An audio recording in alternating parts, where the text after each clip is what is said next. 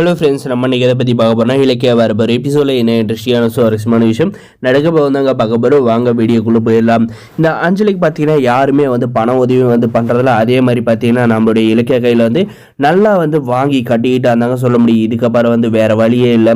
நம்ம கார்த்திகோட காலில் போய் விழுந்தால் மட்டும்தான் நம்ம வாழ்க்கையில் முன்னேற முடியும். அதேமாதிரி பணக்கார வாழ்க்கையை வாழ முடியும். இப்படியே இருந்தோம்னா கண்டிப்பாக நம்ம ரோட்டில் பிச்சை எடுக்கிறது கன்ஃபார்ம் அப்படின்னு நினச்சிக்கிட்டு யாருக்கும் தெரியாத மூஞ்செல்லாம் மறைச்சிக்கிட்டு நம்முடைய கார்த்தியை பார்க்கறதுக்கு அவருடைய ஆஃபீஸ்க்கு கிளம்பி போகிறாங்க.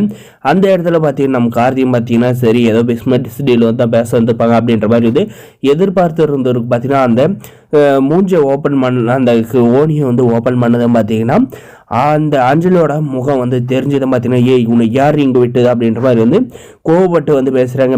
கார்த்தி என் மேலே சும்மா கோவப்படுற வேலை மட்டும் வச்சுக்காது. நான் அந்த இலக்கையை ஜெயிக்கணும் தான் அந்த போலி கர்ப்பவசத்தை போட்டேன். நான் இல்லைன்னு சொல்லல. ஆனால் என்னை மன்னிச்சு மரியாதையோடு சொல்கிறேன். என்னை ஏற்றுக்கோ, திரும்ப வீட்டுக்கு கூப்பிட்டு போ. உனக்கு கரெக்டாக ஒரு வாரம் டைம் தரேன். இதுக்குள்ளே என்னை வீட்டுக்கு கூப்பிட்டு போடலாம். நான் மனுஷியாகவே இருக்க மாட்டேன் அப்படின்ற மாதிரி மிரட்டுறாங்க. இன்னடி மிரட்டி பார்க்குறேன், நீ மிரட்டல் ஒருட்டலுக்கெல்லாம் பயப்படுற ஆள் நான் இல்லை. இப்போவே போலீஸை கூப்பிட்டுனா கூட உன்னை அரெஸ்ட் பண்ணி தூக்கி உள்ளே வச்சுருவாங்க அப்படின்ற மாதிரி பார்த்தீங்கன்னா நம்முடைய கார்த்தி சொல்கிறாங்க. அதுக்கு இந்த அஞ்சலி பார்த்தீங்கன்னா என்ன சொல்கிறான்னா, கார்த்தி உன்னுடைய வாழ்க்கையில் என்னை தவிர வேறு எந்த பொண்ணும் இருக்கக்கூடாது. இருந்தால் கண்டிப்பாக அவங்கள அழிக்காத நான் விட மாட்டேன் அப்படின்ற மாதிரி மிரட்டுறாங்க.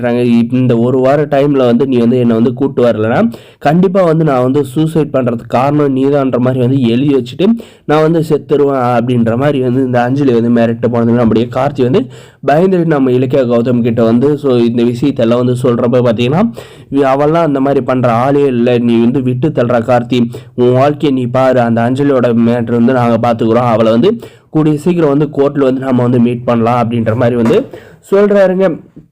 டக்குன்னு அந்த டிவோர்ஸை முடிச்சு விடுங்கண்ணே.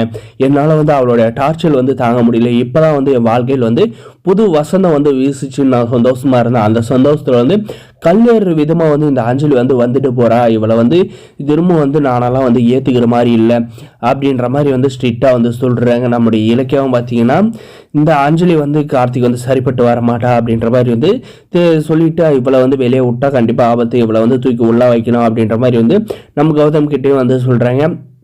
கண்டிப்பாக இந்த அஞ்சலி நம்ம கார்த்தியை மிரட்டிட்டு போன விஷயத்துக்கு நம்முடைய இலக்கிய கால் பண்ணி அவளை பயங்கொடுத்த போகிறாங்க. நீ இப்போ கார்த்திகை மிரட்டுற வேலையெல்லாம் வச்சுக்காத. கண்டிப்பாக இந்த மாதிரி மிரட்டுற வேலை வச்சுட்டேன்னா உன்னை தூக்கி ஜெயிலில் போகிறதுக்கு கொஞ்ச நாள் ஆகும், ஒரு 10 நிமிஷம் ஆகாது. ஆல்ரெடி கமிஷனர் சார் உங்களை மிரட்டினது மறந்துட்டீங்களா அப்படின்ற மாதிரி சொல்ல போகிறாங்க. இதுக்காக இந்த அஞ்சலி என்ன தான் செய்ய போகிறாங்க அப்படின்றதாக வரப்போகிற எபிசோடில் இருக்கப்போது இந்த வீடியோ லைக் மார்க்க சப்ஸ்கிரைப் பண்ணுங்கள்.